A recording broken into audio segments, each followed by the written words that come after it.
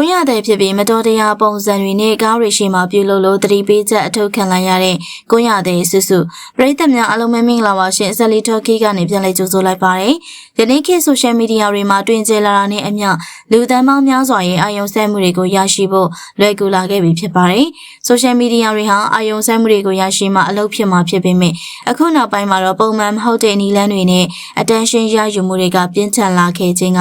အစိုးဘက်ကိုပို့ပြီးအဆိုးရွားလာတဲ့အခါမှာလူအတိုင်းဝိုင်းအတွက်အကျိုးမရှိတဲ့အရာတွေများစွာဖြစ်ပေါ်လာစေခဲ့တာဖြစ်ပါတယ်။အများအတွက်အသိပညာဗဟုသုတကိုမျှဝေရမှာကိစ္စနည်းရဲ့နည်းကိုလိုက်ပြီးတော့လူတွေအတွက်အကျိုးရှိစေခြင်းကြောင့် Facebook နဲ့ TikTok အစာမျက်နှာတွေထက်မှတင်ပြတဲ့အတွက်အခချင်းငွေဖြစ်သို့မဟုတ်လူသိများခြင်းကြောင့်အကျိုးစီးပွားချဲ့ထွင်ခြင်းစတဲ့အကျိုးကျေးဇူးတွေကိုရရှိလာကြမှာဖြစ်ပါတယ်။ဒါပေမဲ့အခုနောက်ပိုင်းမှာပတ်စံရဖို့တခုတည်းကိုပဲကြည့်ပြီးတော့အကျိုးမရှိတဲ့အကြောင်းအရာတွေနဲ့လူတွေရဲ့ဝေဖန်မှုတွေကိုရယူပြီးကြော်ကြားမှုကိုမမောခြင်းကကြာလာတဲ့အခါမှာလူအတိုင်းဝိုင်းအဖွဲ့အစည်းအတွက်ပြောစရာတွေဖြစ်လာခဲ့တာဖြစ်ပါတယ်။အခုတခါမှလည်းအရက်နဲ့ဇက်မလိုက်တဲ့လုပ်ရက်တွေနဲ့လူအများရဲ့အပြင်မှာကြည့်လို့ကိုအဆင်မပြေတော့အောင်ဖြစ်ပြလာတဲ့လူငယ်မိန်းကလေးကွန်ရတဲ့ဆူဆူရဲ့လုပ်ရက်တွေကလွန်ကျူးလာတဲ့အတွက်ပြင်းထန်တဲ့သတိပေးချက်တောင်ရရှိနေပြီဖြစ်ပါတယ်။ရန်ကုန်မန္တလေးလက်ဟောင်းမှာကိုရဆိုင်ဖွင့်ပြီးတော့စီးပွားဖြစ်ထွန်းနေတဲ့အမျိုးသမီးငယ်စုစုကတမအာဇီဝနဲ့စီးပွားရေးကိုလုပ်ကိုင်နေတဲ့သူတစ်ယောက်ဖြစ်ပါတယ်။အသွားလာများတဲ့လက်ဟောင်းမှာကားဆရာတွေရဲ့လိုအပ်ချက်ဖြစ်တဲ့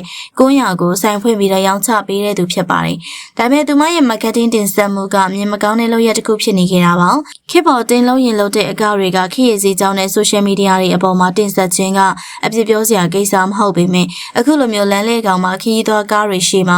ဒီလိုမျိုးကပြဖြောပြနေခြင်းကကြည့်ရှုလို့လည်းမကောင်းသလိုအမျိုးသမီးတယောက်အနေနဲ့မသိတော်တဲ့လုပ်ရက်တွေလို့လည်းဆိုရမှာဖြစ်ပါတယ်။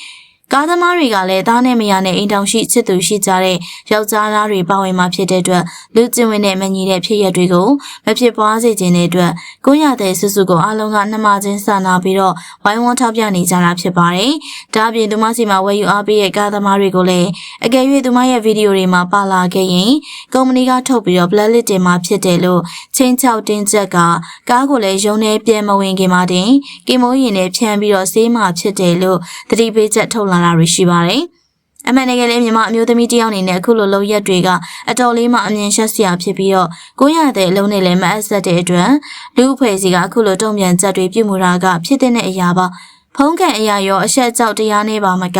လူကျင်ဝင်တဲ့သက်ဆိုင်တဲ့အရာတွေထိတက်ရောက်မှုတွေရှိနိုင်တဲ့ရန်ကုန်မန္တလေးလမ်းဟောင်းရဲ့ကွန်းရတဲ့မာလီစုစုပေါ်မှာကုမ္ပဏီအကြီးပိုင်းတွေကပါသတိပေးလာတဲ့အထိပြုမှုလာတဲ့အပေါ်ပရိသတ်ကြီးတို့ရဲ့အမြင်ကိုလည်းဝင်ရောက်ဆွေးနွေးပေးပါအောင်နော်နောက်ထပ်လည်းစိတ်ဝင်စားဖွယ်ရာအကြောင်းအရာတွေကိုတင်ဆက်ပေးသွားမှာဖြစ်လို့ကျမတို့ရဲ့ channel လေးကိုကြည့်ရှုအားပေးခဲ့ကြပါအောင်ရှင်